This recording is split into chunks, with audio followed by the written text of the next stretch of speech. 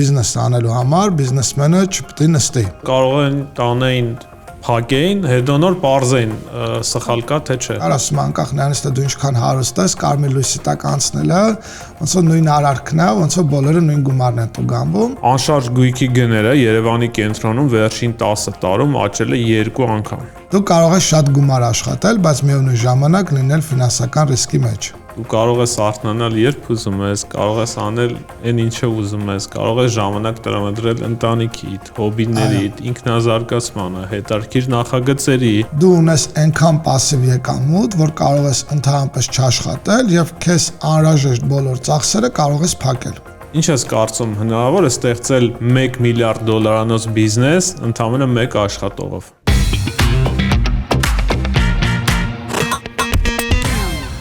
Ողջույն բոլորին, սկսում ենք ֆինանսական բանականության 24-րդ էպիզոդը, այսօրվա համար ունենք 4 թեմա, որը վերաբերում է թե բիզնեսին, թե անձնական ֆինանսների կառավարմանը։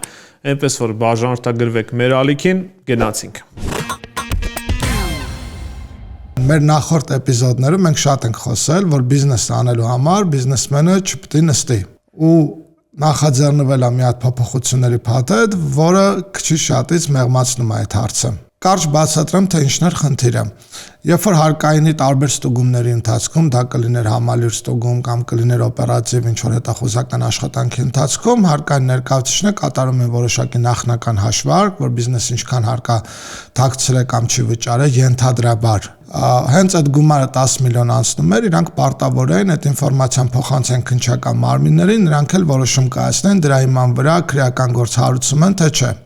Հիմա վատը այն էր, որ շատ դեպքերում հատկապես երբ որ օպերներն էին այդ հաշվարկներն անում, բիզնեսը չի իմանում, թե ինչ դատողություններով ու ինչ համեմատականներով են այդ թիվը ստանում, այսինքն գալիս են իրան ինչ-որ հարցեր են տալիս, ինքը պատասխանում է, թվում է թե ամեն ինչ նորմալ է, մեկ էլ ինչ-որ ժամանակ հետո իմանում է, որ այդ իր հայտնած տեղեկատվության վրա հարկայինը ինչ-որ այլ տեղից տեղեկատվություն է վերցրել, հաշվարկ արել, այդ հաշվարկով 10 միլիոն հավանաբար չվճարված հարկա անցել է ու ուղարկել են քննչականն է գործը հարուցը։ Դրա խնդիրները կայանում են նրանով, որ ինքը նախ ռեպուտացիոն խնդիրներ ունի բիզնեսի համար եւ երկրորդը հոգեբանական խնդիրներ է ստեղծում ու երրորդը նաև 10 միլիոնը այդքան մեծ թիվ չէ, մանավանդ խոշոր բիզնեսի համար։ Բայց ես մի հատ ուրիշ կարևոր բան ասեմ, որը պրակտիկայում եմ հանդիպել, խնդիրը կայանում է նրանում, որ երբ որ ինչ-որ հաշվարկ կա եղել ու որոշակի քո բիզնեսի առանձնահատկություններ հաշվի չի առնվել, ու դու սկսում ես արդեն քննիչների հետ քննարկել, մեկնաբանություններ անել, իրանք չեն մտնում բովանդակային քննության մեջ, այլ կոպիտ ասած ասում են ընդունում ես, թե չես ընդունում, ոնց որ դա, երբ որ դու ասում ես, որ օրինակ պայմանական չեմ ընդունում 10 միլիոն, բայց ընդունում եմ 1 միլիոն, որովհետև այս հաշվարկները, իրանք դրա այդ քննարկման մեջ չեն մտնում, ասում են մենք մասնագետ չենք, կնշանակենք ստուգում արա ու որոշակի այդ process-ի ընթացքում դու քո վրա ճնշում ես զգում։ Ընդ որում այդ ճնշման վատ կողմերն որ տեսականորեն քննիչը կարող է նաև միջնորդություն ներկայացնի, քեզ ձերբակալի կամ օրինակ չգիտեմ, այլ խափանման միջոցներ կիրառի, ինչպեսին է օրինակ ստորագրություն չհեռանալու վերաբերյալ կամ գույքի վրա կալանք եւ այլն։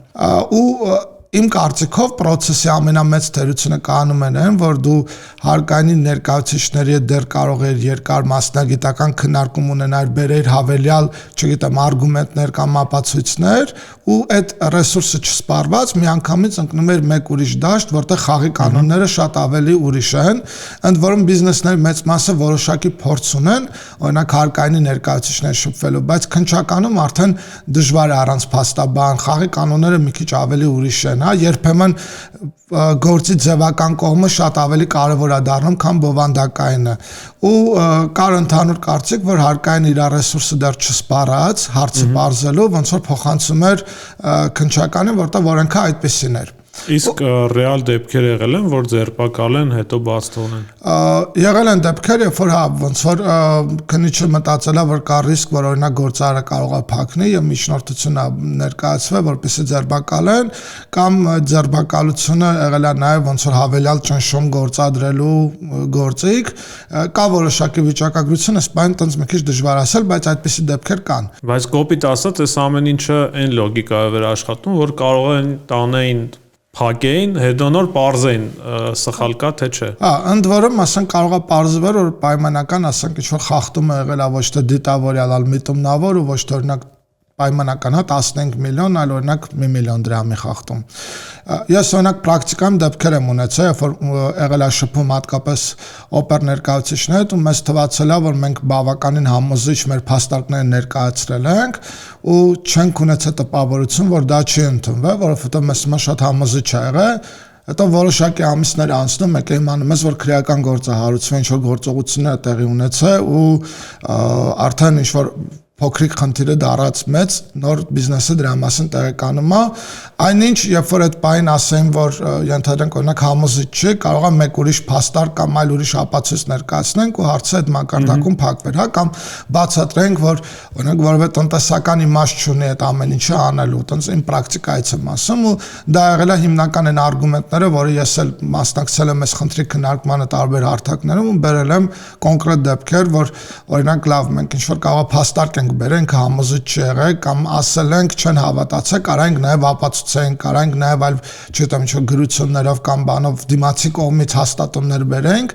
թվացել է թե ասել ես ընդունել են, բայց հետո պարզվում է որ չէ ու ինչ-որ պրոցեսներ են տեղի ունեցել։ Հիմա նախաձեռնվել է մի հատ մեծ փոփոխություն, որը լուծում է ստեյության երկու հարց։ Մեկը նոր կարգավորումով հարկային, եթե նույնիսկ հաշվարկ անում է 10 միլիոնը անցնում է, ինքը չի միանգամից ուղարկում գործը քննչական, այլ սպառում է իր բոլոր հնարավորությունները գործը պարզելու, հետո գրում է ակտ, դու հնարավորություն ես ունում այդ ակտը բողոքարկել ու երբ որ հարկայինի ամենաբարձր բողոքարկման հանձնաժողովը գտնում է, որ չէ դու սխալ ես, միայն դրանից հետո են ուղարկում, այսինքն հարկայինի բոլոր ինստանցիաները շատ ավելի մանրամասն են աշխատում, հավելյալ ֆիլտրներ ա լինում։ Եվ երկրորդը շեմն է բարձրանում, առաջվա 10 միլիոնի փոխարեն դառնում է այս պայն գործով նախագծով 1 տարվա համար 30 կամ 2 տարվա համար 45 միլիոն դրամ,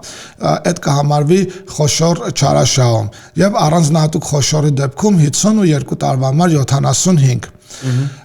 Ինձ համար շատ ավելի կարևոր է առաջինը, որ հարկայինը իրոք օգտագործում է իր ձեռի տակ եղած ամբողջ գործիքակազմը, հետո բիզնեսին ներկայացնում է իր հաշվարկի ձևը, ինչա վերցրել հիմք, որ հաշվել է, բիզնեսը հնարավորություն է ունենում առանց քրեական գործի հարուցելու իր արգումենտները բերի, իր բողոքները բերի, բոլոր ապացույցները սպառվի դա, նոր հարուցվի քրեական գործ։ Քննարկումների մասնակիցների մի մասը պնդում էր, որ կարող է այդ շեմը սահմանվի օրինակ ընկերության շրջանառությունից կախված, ինչի համար ասում եմ, որ կա ընկերություն, որը վճարում է պայմանական 5 միլիարդ հարկ ու նույնիսկ 50 միլիոնը այդ ոնց որ գալիս է 1%-ի շեղում, կարա լինի տեխնիկական ու մյուս ընկերությունը, որը տարեկան վճարում է ենթադրենք չգիտեմ 30 միլիոն հարկ պետք է վճարում, 25-ը չի վճարում, դրանք տարբեր պատմություններ են։ Բայց ճիշտ է։ Հա, բայց հարկային պետք ներկայացուցիչներն ուսումնասիրություններ են անում, բերում են արգումենտ, որ ոչ մի երկրում դա շրջանառության կապ չունի, կապ ունի թե դու ինչքան գումար ես խախտում արել, ու տենց պայմանական աշխատանքային քննարկում կար, ասում անկախ նրանից թե դու ինչքան հարուստ ես, կարմիր լույսի տակ անցնելը, ոնց որ նույն արարքն է, ոնց որ բոլորը նույն գումարն են տուգանվում, տարբեր էր, բայց ել եմ կրկնում, իմ կարծիքը նա, որ գումարի շեմ այդքան էական չի, ինչքան էական է, թե դու միտումնավոր իրոք ինչ-որ հարկ թաքցրել ես, թե չկարևոր չի ինձ համար, թե դա մի դրամ է, թե օրինակ 1 միլիարդ է, այստեղ հարցն է, որ դու միտումնավոր արել ես, թե չէ, որովհետև կար մեկ ուրիշ արգումենտ նաև, ասում են, որ ենթադրենք չգիտեմ, հարուստ մարդուց գողացել ես 10,000 դրամ, դա պետք է ուրիշ պատիժ լինի, աղքատից գողացել ես ուրիշ, դե ոնց որ քրեական օրենսգիրքը տենց չի աշխատում։ Ես համաձայն եմ, կարող է կա այդ պատահական սխալվելու հավանականությունը, բայց մյուս կողմից մեծ ընկերություններն ունեն շատ ավելի մեծ ռեսուրսներ, մի քանի շերտով այդ ամեն ինչը ստուգել, ավելի որակյալ մասնագետներ ներգրավել։ Մի խոսքով ամփոփելով կարամ ասեմ, որ այս փոփոխությունը իրոք լավն է, չեմ ասի, որ իդեալական է, բայց ինքը լավն է, ինքը կարևոր է, որ բիզնեսին թույլ է տալիս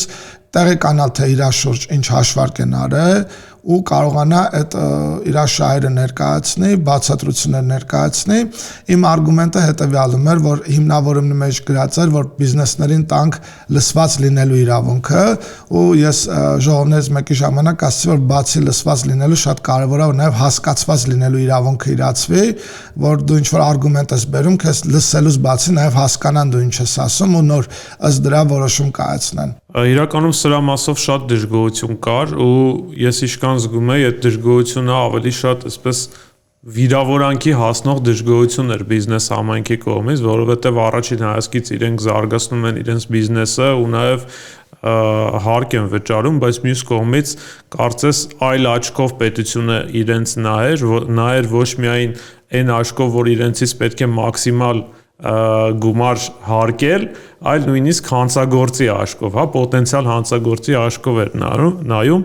ու հիմա սրանով այդ դժգոհությունները պետք է որ փարատվեն։ Տես, որպեսզի քրեական գործ հարուցվի, կարևոր ես ինչքան հասկամ, կարևոր երկու էլեմենտ կա։ Մեկը նա, որ դու պետք է իրոք այդքան հարկ վճարված չլինես, եւ երկրորդը պետք է որ դու դա արած լինես դիտավորյալ։ Հիմա դեպքեր կա, որ ինչ ա եղել, ասենք եկել են հարցեր են տվել, մարդիկ պատասխանել են, հավելյալ բացատրություններ են տվել, չեն ընդունել բացատրությունները, գնաց ինչ-որ հաշվարկ են արել, ուղարկել են ու հարուցվել է քրեական գործ, հա, այսինքն չկա հստակ քննարկված են հարցը, թե այդ բիզնեսը դարել է դիտավորյալ, թե չէ, որովհետև այդտեղ բան է, էլի պետք է քննարկել հասկանալ, օրինակ յամա բիզնեսը, որը վճարում է, չգիտեմ, պայմանական 100 միլիոն դրամ, դժվար թե 10%-ի համար բանաներ էլի, տենց խախտում անել, գիտակցելով, որ կարող է կրի քրեական պատասխանատվություն, ընդ որում այդ 10 միլիոնը կարող է լիներ 3-4 տարվա կտրվածքով։ Փոփոխությունն արդեն ընդունվել է։ Փոփոխությունը ազգային ժողովում է, եթե չեմ սխալվում, գնացել ազգային ժողով ու ոնց որ թե մինչև մայիսի վերջ պետք է որ ընդունվի։ Հիպոթեկային շուկան վերջին 10 տարիների ընթացքում երևի միշտ ուշադրության կենտրոնում է, հատկապես վերջին տարիներին ու դրա պատճառը հիպոթեկային վարկերի եկամտային հարկի վերադարձի ծրագիրն է։ Modex խորհրդատվական ընկերությունը բավականին հետաքրքիր ռիսերչ է արել կապված անշարժ գույքի շուկայի եւ այդ հիպոթեկային վարկավորման եկամտարկի վերադարձման ծրագրի հետ ու մի քանի հետաքրքիր բացահայտում եմ առանձնացրել նախ անշարժ գույքի գները Երևանի կենտրոնում վերջին 10 տարում աճել է 2 անգամ բնականաբար ամենաշատը համեմատաբար հենց կենտրոնում է աճել օրինակ Արաբքիրում աճել է 79%-ով Տավթաշենում 73%-ով իսկ օրինակ Նուբարաշենում առանձնապես չի աճել եւ հետաքրքիր է մարզերում օրինակ Աբովյանում Երևանին մոտ աճել է 94%-ով իսկ Հրազդանում հետաքրքիր է որ 123% աճ է ունեցել ինչը չգիտեմ չեմ կարողանում բացատրել ինչի հետ է կապված կարող է data center-ի կառուցման հետ առայժմ ոչ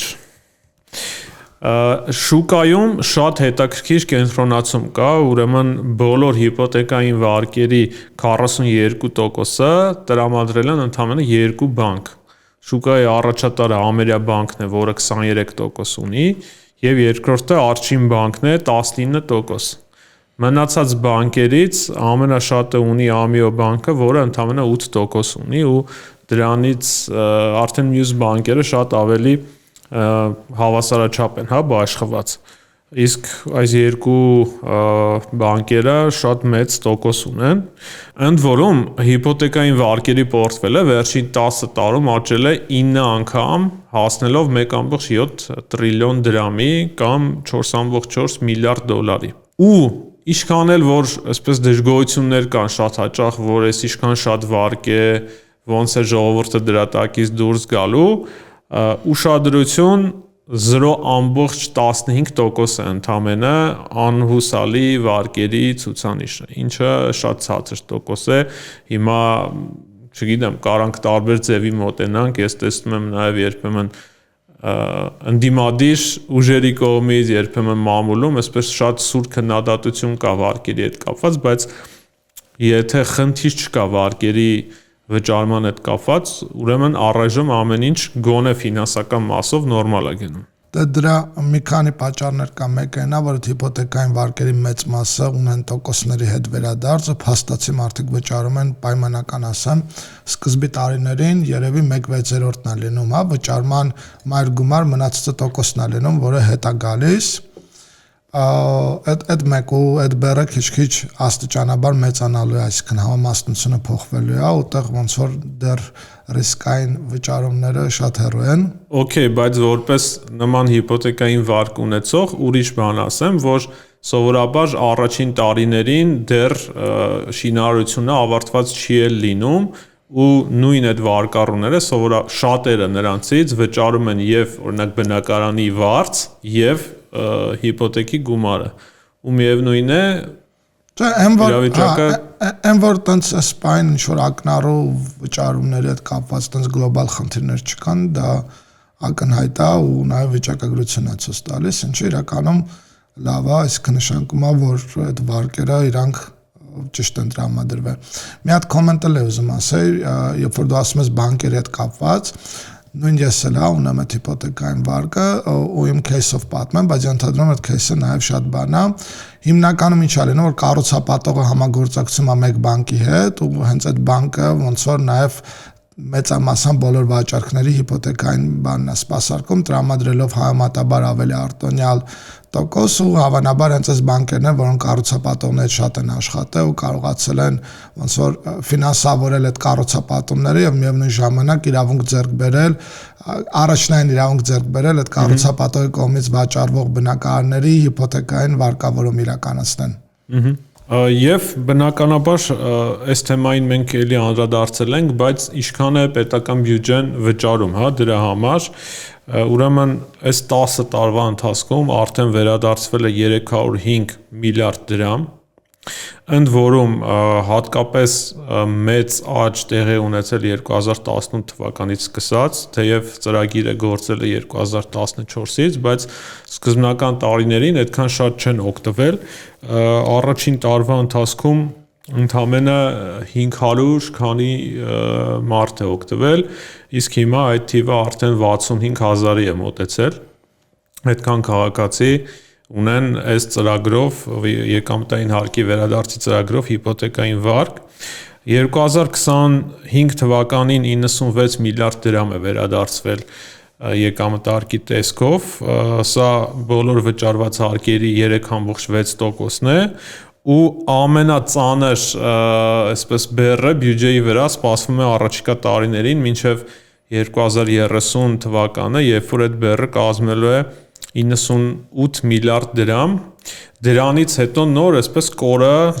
իջնելու է, բայց այդքան էլ արագ չի իջնելու։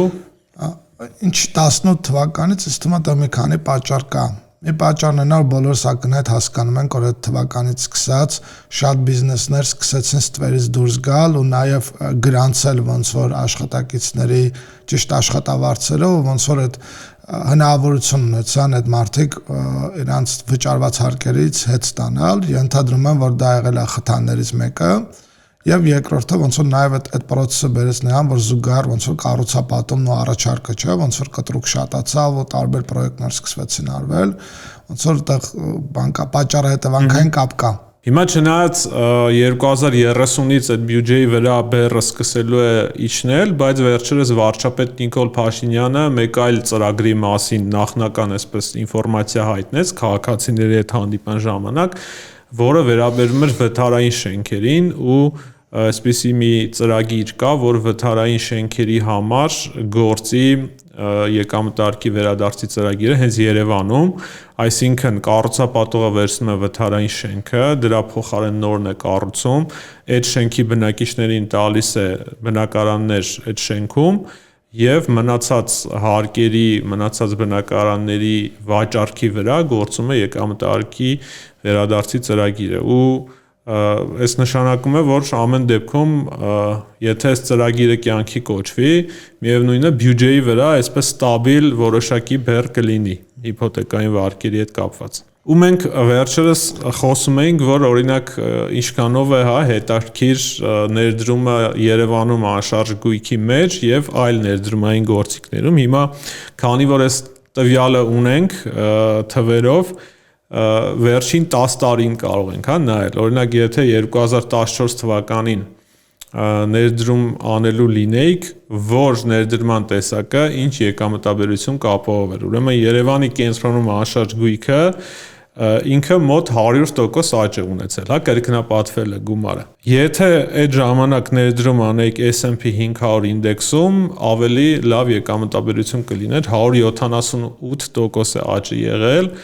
ոսկու աճը եղել է մոտավորապես Երևանի բնակարանի չափ 95%, եւ բիթքոինն էլ եմ վերցրել ուղղակի զուտ, որ շատ մեծ թիվ ունենանք, պլյուս 14340%։ Հա։ Մի հատ հետաքրքիր բան է ես ասեմ, ուրեմն բան կա։ Ես իրական շատ հետևում եմ անշարժ գույքում ներդրումներ անելու ստրատեգիաներին տարբեր, ու ամենատարածված բանն է, որ տենց խորհուրդ են տալիս բուն քաղաքի կենտրոնում, այսինքն այն որտեղ գները պիկա, այդտեղ չանել, այլ անել հետևյալը, հասկանալ թե քաղաքը որ կողմ է զարգանում եւ վերցնել ոնց որ կենտրոնի այդ զարգացողի մեջտեղի հատվածը, որը համարվում է մաթեմատիկորեն ամենա տենց մեծ աճի պոտենցիալ ունեցող։ Բայց մեր ունեցած վիճակագրությունը ցույց է տալիս, որ կենտրոնում ամենաշատ աճն է եղել, չհաշվենք հրազդանը, հետևաբար նշանակում է, որ դեռ մեր շուկան չի հասել իր պիկին ու կենտրոնը իր պոտենցիալը ու առնվազն վերջի 10 տարում չի սպառել։ Հիմա մեծ հարց է թե ապագայում կսպառի թե չէ։ Ու մի հատ հետաքրքիր բան ասեմ, որ վերջերս հայկական շուկայում հայտնվել են գործակալություններ, որոնք ակտիվ առաջարկում են հայկական անշարժ գույքում ներդրում անել օտարերկրացիներին, ու տարբեր վերլուծություններ կա, բնականաբար մի քիչ ավելի լավատեսորեն են իրանք այդ ամեն ինչը ներկայացնում, որ քանի որ վաճառքի խնդիր ունեն, բայց բավական հետաքրքիր մասնագետներ, որոնք որ ունեն միջազգային փորձ, պնդում են, որ այս հիփոթեկային ալիքը եկամտային ինքը ընդհանրապես ալիքներից մեկն ու առաջիններ, շուկան դեռ շատ հեռու է իր պիկից ու ինքը շատ հետաքրքիր է ներդրումներ կատարելու, ու այդ առումով է բավականին բան է, որովհետև մենք որպես բնակիչներ քաղաքի մեզ թվում է թե գները շատ պիկային են, նույնիսկ գերուրճեցված, իսկ այն մարդիկ, որոնք շուկայում խաղում են, կարողանում են իրանց հաճախորդներին պնդել առնվազն, հա, ասելով, որ ինքը պիկից հեռու է ու դեռ աճի մեծ պոտենցիալ կա։ Դու կարող ես շատ գումար աշխատել, բայց միևնույն ժամանակ լինել ֆինանսական ռիսկի մեջ։ Ինչպես։ Արի հասկանանք, թե ֆինանսական ինչ մակարդակներ ընդհանրապես գոյություն ունեն։ Տարբեր դասակարգումներ կան, տարբեր կրիտերիաներով։ Ես առաջարկում եմ այսօր քննարկենք ամենատարածվածն ու ամենապարզը, որպեսզի պատկերացնենք, թե մարդը ընդհանրապես ինչ ֆինանսական վիճակ կարող է ունենալ։ Ու առաջինը ամենացածրը դա ֆինանսական վտանգն է։ Եթե մաթեմատիկայի լեզվով խոսանք, ֆինանսական վտանգը դա է, երբ որ քո ծախսերը ավելի շատ են, քան քո եկամուտները, անկախ նրանից, թե դրանք ինչքան են։ Օրինակ, պայմանական կարող է լինի քո եկամուտը 1 միլիոն դրամ, բայց ծախսերը լինի 1,5 միլիոն կամ 1,100,000։ Այդ դեպքում դու ֆինանսական վտանգի մեջ ես։ Այսինքն պարտքով ես ծախսերը։ Դու ավելի շատ ծախս ես անում, քան վաստակում ես, հետևաբար կամ պարտք ես վերցնում, կամ վարկային բեռդ ես անընդհատ մեծացնում։ Ամենատարածված խնդիրն է նա, որ ֆինանսական վտանգի մեջ գտնվող մարդիկ առաջի քայլով փորձում են իրենց եկամուտները շատացնեն, բայց բոլոր մասնագետները, այդ թվում նաև ես խորհուրդ եմ տալիս նախ եւ առաջ վերլուծել բոլոր ծախսերը ու հասկանալ բոլոր այն ծախսերը, որոնք կարելի է չանել եւ ոչ մի սարսափելի բան տեղի չի ունենա։ Հիշում ես, մենք մի անգամ քննարկում էինք, դա կարա սկսվի սովորական բջջային փաթեթից, չգիտեմ գտնել փաթեթ, որը օրինակ ամիսը 500 դրամ կամ 1000 դրամ ավելի մատչելի է, վերջացրած տրանսպորտային ծախսերը օպտիմալացնելով, օրինակ, չգիտեմ, ոչ թե ամեն անգամ առանձին տոմս գնես, այլ նայես ամսական ինչ-որ աբոնեմենտ կամ տարեկան եւ դրա հաշվին նորից խնայես քո ծախսերը։ Դա սկսվում է ուղղակի ծախսերը գերելուց, հենց գերում ես, միանգամից երևում է, թե ինչը կարելի է փոխել։ Այո, ֆինանսական վտանգի մեջ գտնվող մարդու առաջի խնդիրը ոնց հասկացանք դա գրելն է ծախսերը եւ երկրորդը բացառել բոլոր այն ծախսերը, որոնք որ խիստ անհրաժեշտ չեն։ Իսկ որոնք որ անհրաժեշտ են, հասկանալ դրանք հնարավոր է օպտիմալացնել թե չէ։ Նաև խորհուրդ է տրվում, եթե այդ փուլում իսկ հավանաբար այդ փուլում կան վարկեր, վերլուծել այդ վարկային բեռերը, օպտիմալացնել դրանք ու չգիտեմ երկու խնդիր կարանք լուծենք, հա, մեկը որ ամսական վճարումները քիչ լինի, կամ երկրորդը այն վարկերը, որոնք որ թանկ են, դրանք շուտ վճարել կամ փակել կամ վերադասավորել, վերակառուցել վարկային պորտֆելը։ Երկրորդ փուլը դա ֆինանսական կայունության փուլն է։ Ինքը սովորաբար էլի մաթեմատիկայի լեզվով եթե ասում ենք, ինքը հավասար է եկամուտներն ու ծախսերը մոտավորապես հավասար են, եկամուտները մի փոքր ավել են, որի շնորհիվ կարողանում ես կուտակել որոշակի խնայողություններ, բայց պայմանական այդ խնայողությունները 5-6 ամիս կուտակում ես, հետո դրանով գնում ես նոր iPhone ու նորից 0 անում են։ Այդ ցիկլն է, որը կայունությունն է։ Այս փուլում շատ կարևոր է, որ սովորել այդ խնայողությունները ճիշտ օգտագործելու ճուղել սպառմանը, այլ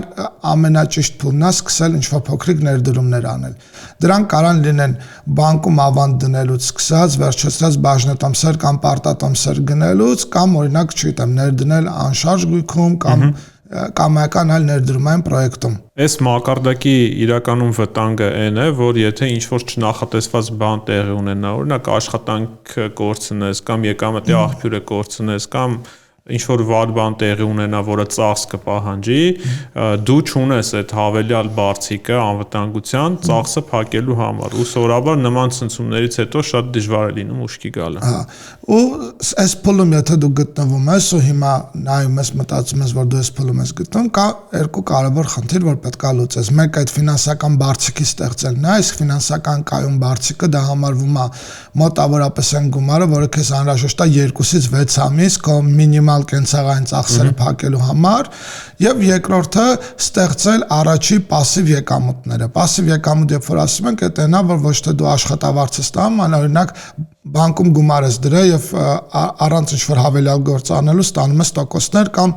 բաժնետոմսեր ես գնել, որոնց գինը աճում է առանց քո ինչ-որ միջամտության։ Երրորդ մակարդակը։ Երրորդ մակարդակը դա ֆինանսական անվտանգությունն է։ Այս արդեն ավելի կայուն իրավիճակ է, երբ որ դու ունես արդեն նախորդ փուլում ստեղծել ես пассив եկամուտներ ու իրանք փակում են քո անհրաժեշտ ծախսերի 20-ից 50%-ը։ Եվ ինքը բնորոշում է հետևյալում, որ քո եկամուտները էականորեն ավելի բարձր են, քան անհրաժեշտ ծախսերը ու յուրաքանչյուր հաջորդ ամսվա վերջում քո խնայողությունները, ներդրումները մի փոքր ավելի շատանում են։ Ու այս փուլում շատ կարևոր է, որ դու կարողանաս խնայողությունները ուղղել քո пассив եկամուտները մեծացնելուն, հա, նորից կամ բանկում ավանդ դնել, միգուցե այս փուլում շատ ավելի նպատակարար է մտածել, օրինակ, չգիտեմ, նաև անշարժ գույք ձեռք բերելու ինչ-որ օրինակ նույնիսկ եկամտային հարկի վերադարձվար կարմեր նախորդ թեման, ինքը շատ մարդիկ օգտվել են հենց իրանց пассив եկամուտներ ստեղծելու համար, այսինքն իրանք կարիք չեն ունեցել բնականի ձեռք են բերել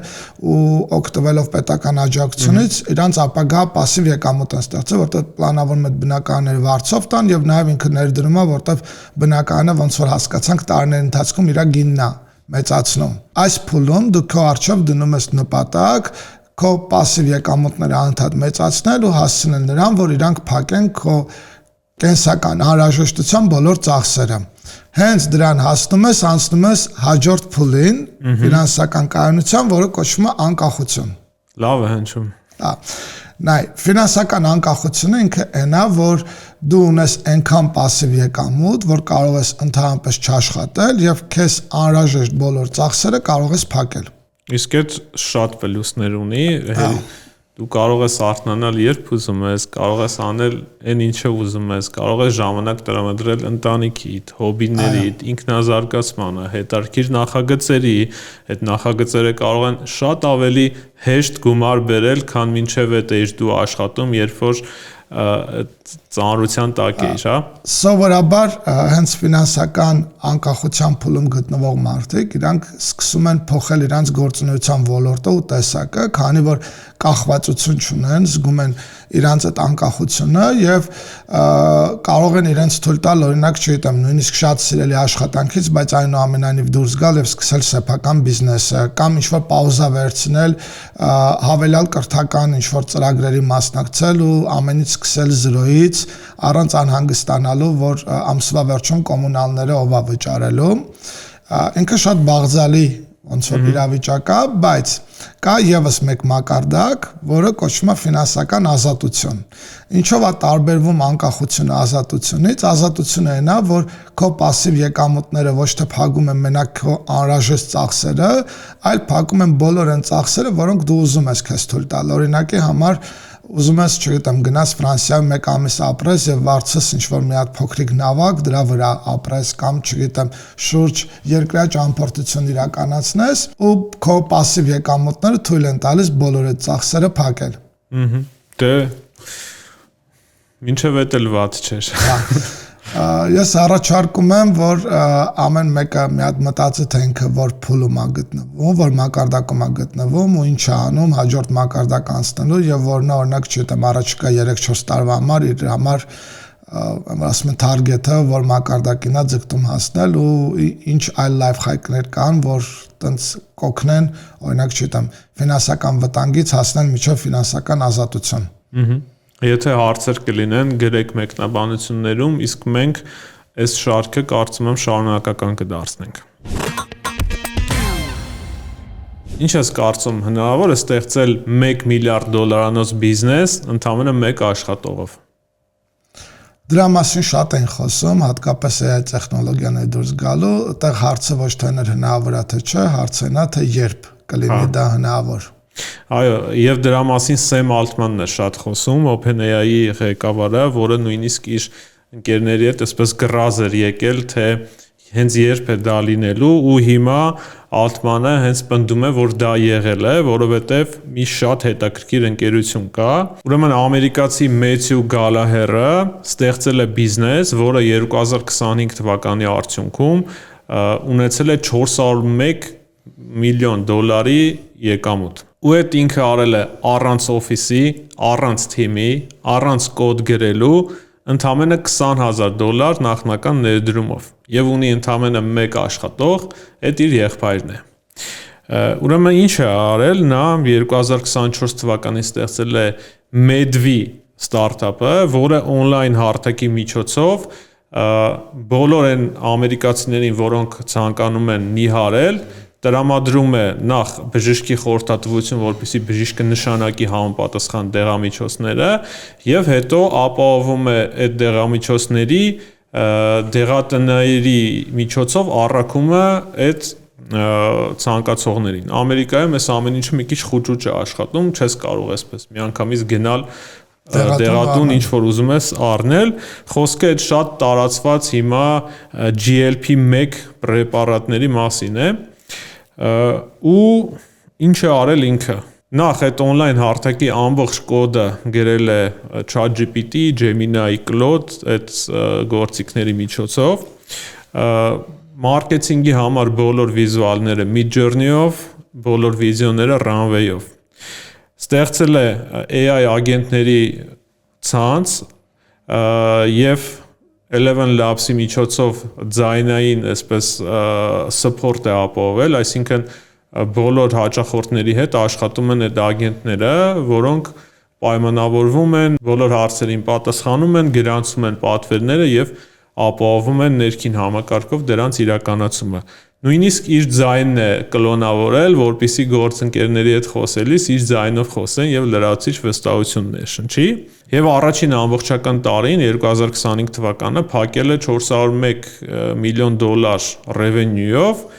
իսկ այս տարի 2026-ին նախատեսվում է, այսպես նախնական գնահատականով $1.8 միլիարդ եկամուտ է ունենալու, ընդ որում ինքը ունի 16.2% շահույթի մարժա, իսկ իր հիմնական մրցակիցը, որը 2400 հոգանոց բիզնես է, այնտեղ շահույթի մարժան 5.5% է։ Դե արի մի հատ հասկանանք էլ այդ գրազը, որ ասում են օրինակ unicorn, ինչ է unicorn, ընկերություն, որը արժի $1 միլիարդ $1 միլիարդ եւ ավել, հիմա այս ընկերությունը այդ unicorn-ը թե չէ, երբ որ բան անենք, փորձենք այս թեմային միքսենք մեր GPT-ով ֆինանսական հաշվարկներ անել կամ արհեստական բանականությամբ եւ ոնց որ բավական հետաքրքիր case, երբ որ GPT-ին ուղակի հարցնում ենք, ասում ենք ընկերությունը, որը օրինակ ունի բան, այս 400 միլիոն շրջանառություն եւ 16% շահութաբերություն, մեկը հարցնում ենք, որ եթե ունենա 1 միլիարդ 800 միլիոն, չէ՞, ոնց որ կանխատեսվող, այդ դեպքում ամենապարզ ձևը ինքը ինչ ասում, ասում է, որ ոնց որ կա շահույթի մուլտիպլիկատորի ոնց որ մեթոդ, ինչ է դա նշանակում, որ շահույթը վերցնում ենք, ասենք 3-ից մինչև 8 անգամ, կախված ընկերության գործունեության ոլորտից, սպეციფიკայից, ունեցող ինչ որ արտոնությունից եւ այլն, բանակցային է այդ 3-ից 8-ը։ Հետո երբ մի քիչ ավելի շատ ինսայթ տվեցի, թե ընկերությունը ինչով է զբաղվում, որ ոլորտում է, որ երկրում է, ինչ շուկայի վրա է, ինքը ասաց, որ սովորաբար այդ շուկայում եւ այլն իհարկե դա տենց մի քիչ բան է, աչքաչափով հաշվարկա, բայց այնուամենայնիվ 5-ից 7 տարվա ոնց որ առաջարկեց հաշվել ու 1 միլիարդ 800 միլիոնի 16% շահութաբերությունը, երբ որ մենք հաշվում ենք 7 անգամ մուլտիպլիկատորով, տենց իր արժեքը 5-6 միլիարդ է անցնում, եւ նույնիսկ ցածրով բան հաշվարկի դեպքում ինքը գալիս է ոնց որ բան այնուամենայնիվ էլի յունիկորն է լինում եւ կա նաեւ մեկ այլ մեթոդ, որը կոչվում է զուտ ներկա արժեքի բերել կամ NPV անգլերեն ասած, ինքը ինչա որ ընկերության ապագա բոլոր շահույթները, այն ինչ որ կանխատեսվում է, բերում ենք այսօրվա գումարին ենք դարձնում, որ հասկանանք ու այդ մեթոդով է նորից ոնց որ NPV-ն լինում է մոտավորապես 2.3 միլիարդ, այսինքն նորից կարանք ասենք, որ ընկերության արժեքը բանը յունիկորնի պահանջներին բավարարում է, հետևաբար կարանք ասենք, որ այո, եթե կանխատեսումը 1.8 միլիարդ իրացում ունենալը, որտեղ երբ դու ասում ես եկամուտ, մենք նկատի ունենք, որ 1.8 միլիարդի դեղորայք է վաճառում, ծառայություններ է մատուցում, եթե դա իրականանա, ուրեմն այո, 2 հոգով հնարավոր է յունիկորն անել, այնինչ միջովետ դա ենթադրում էր 200-300 հոգանոց առնվազն տեխնոլոգիական ոլորտում աշխատակից ունենալ, որ կարելի լինի ստեղծել։ Ես շատ լավ հիշում եմ, որ մոտավորապես տարի ու կես առաջ Big Story-ում նույնպես ոնց որ տղաները քննարկում էին ու ասում էին, որ գալու է որ 5-10 հոգով դա հնարավոր լինի անել, փաստորեն եկավ այն օրը, որ 1 հոգով, 1 աշխատակցով դա հնարավոր է անել։ Այնպես որ կարող ենք շնորհավորել Սեմ Ալթմանին, ինքը գրազը հաղթեց։ Գերեք ձեր կարծիքը, արդյոք սպասում եք, որ առաջիկա 10 տարում Հայաստանում եւս կլինի 1 միլիարդ դոլարանոց ընկերություն ընդամենը 1 աշխատողով։